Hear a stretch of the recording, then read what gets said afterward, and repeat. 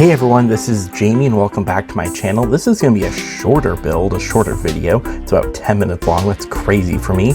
What I was trying to do today is I wanted to mix together our last expansion pack with our last stuff pack, that being Tiny Living with Eco Lifestyle. I think these packs go really well together. It's one of those things that I'm going to be addressing in a video a little bit later where I talk about what I think is pretty much the one issue I really have with The Sims 4. Yeah, well, you'll probably can tell from that hint what that video is probably going to be about, but yeah, I feel like these packs do go really well together though, and it's super fun to use a lot of the new eco footprint build mode items with this pack, because beforehand when we first got Tiny Living, I was like, okay, like, this is fun and all, and it's nice to play in a tiny home and get those perks, but there really isn't a world effect. You know, there wasn't that effect on the environment, but now there is. I'm building this currently in the beautiful world of Oasis Springs. Fun fact, Oasis Springs actually used to be my least favorite world. It's crazy to me. Now it's like one of my favorites. It's the one world I'm almost done with in my save file. And I love a lot of the builds in it. I'm like, who would have thought? Because when I first opened up the game, I remember seeing Oasis Springs and being like, ooh, I'm never gonna play in this world. And to be honest, I really never did. Now that I've been really I'm not even really sure why I felt that way, because I don't think the builds in this world are inherently bad. But yeah, something was going on that I was just like, But yeah, so I wanted to do a really nice little eco-friendly home, tiny home.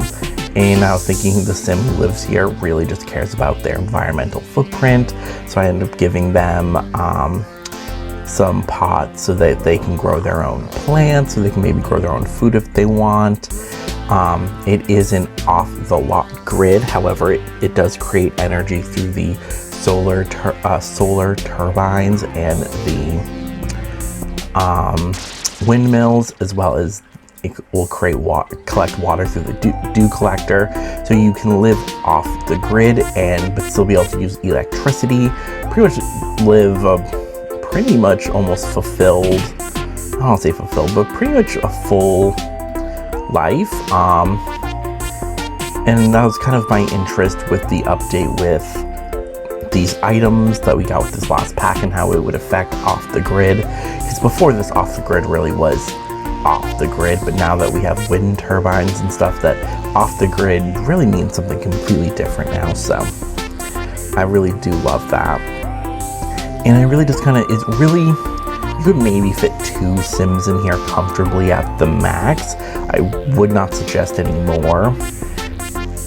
I know for my own gameplay, when I play in this lot, it's probably gonna be a single Sim who lives alone, and solely just for the reason of, I don't know, I just feel like it get a little cramped.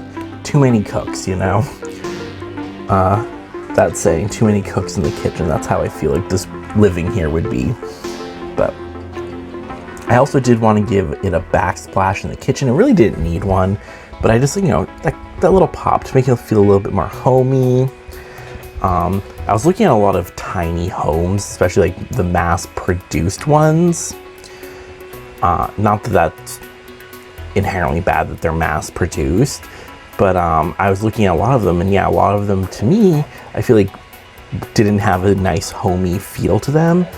You could definitely give it your own homey feel by decorating, but I was like, some of the ones I was looking at line, I was like, there's no like personality in like different wallpapers or whatever. So that's definitely something I was thinking about when I was going into this. I really did want it to feel very personalized in some ways, but also feeling very just like eco-friendly. And I used a lot of the stuff from Tiny Living and the new pack. Like I used that TV, because that TV comes with everything. It's like a bookshelf and or maybe it's not a bookshelf, maybe you have to get the bookshelf thing itself, but has a radio. I don't know if you can play games on it, I've never tried, but like just the fact that a radio comes with it already blew my mind. And I'm just putting up some putting up the plants. You know, I just really wanted to feel very cute. You know, like I said, I'm putting in the lights, even though it is a off-the-grid lot. So when you're playing an off-the-grid with your, I've noticed this, I don't know if this is maybe, like, I don't know if you always have to do this, but I've noticed with my own game at least, to have off-the-grid successfully work with electricity, you have to store electricity that you create with the wind turbines and stuff and the solar panels rather than selling it. If you don't store it and you just like do auto sell, you won't ever have power. Your power will come on and off, which, hey, maybe that could be a fun gameplay aspect to play around with. But I definitely wanted consistent energy. So that's what I was going for when I did this. And that's definitely, if you're gonna play, you just have to go into the new bill section and just click auto, instead of auto sell, do save. I ended up putting this plant in the window up here, and I just think, oh, this is a really cute detail.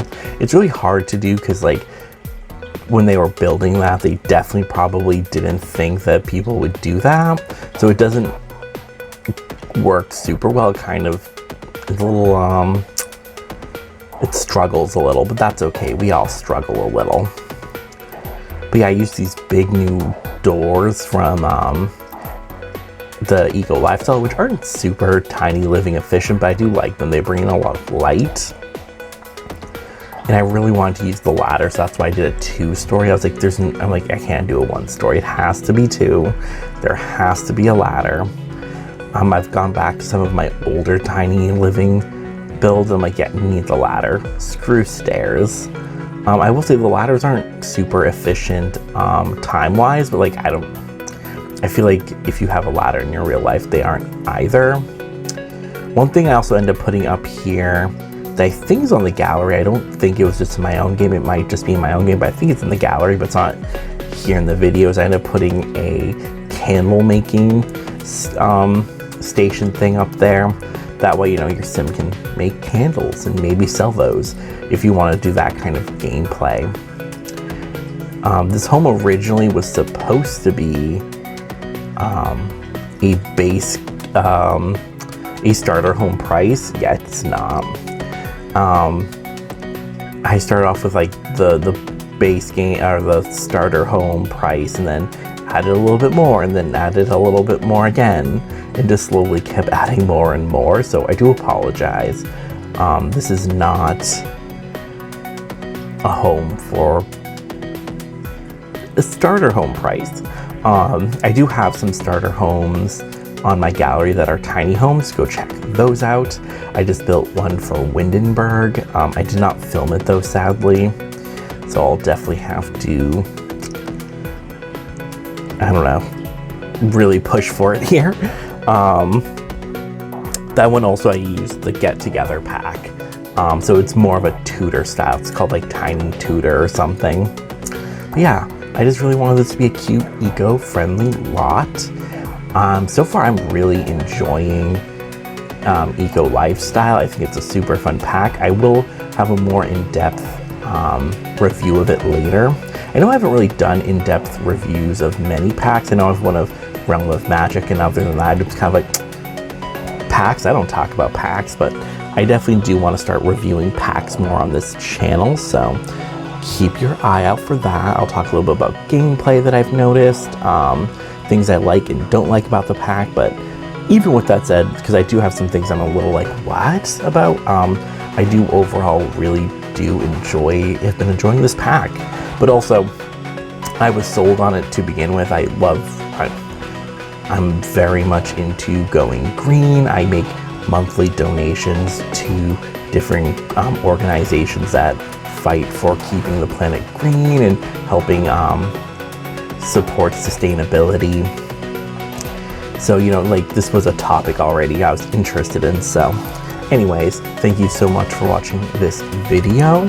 I'll see you in the next one.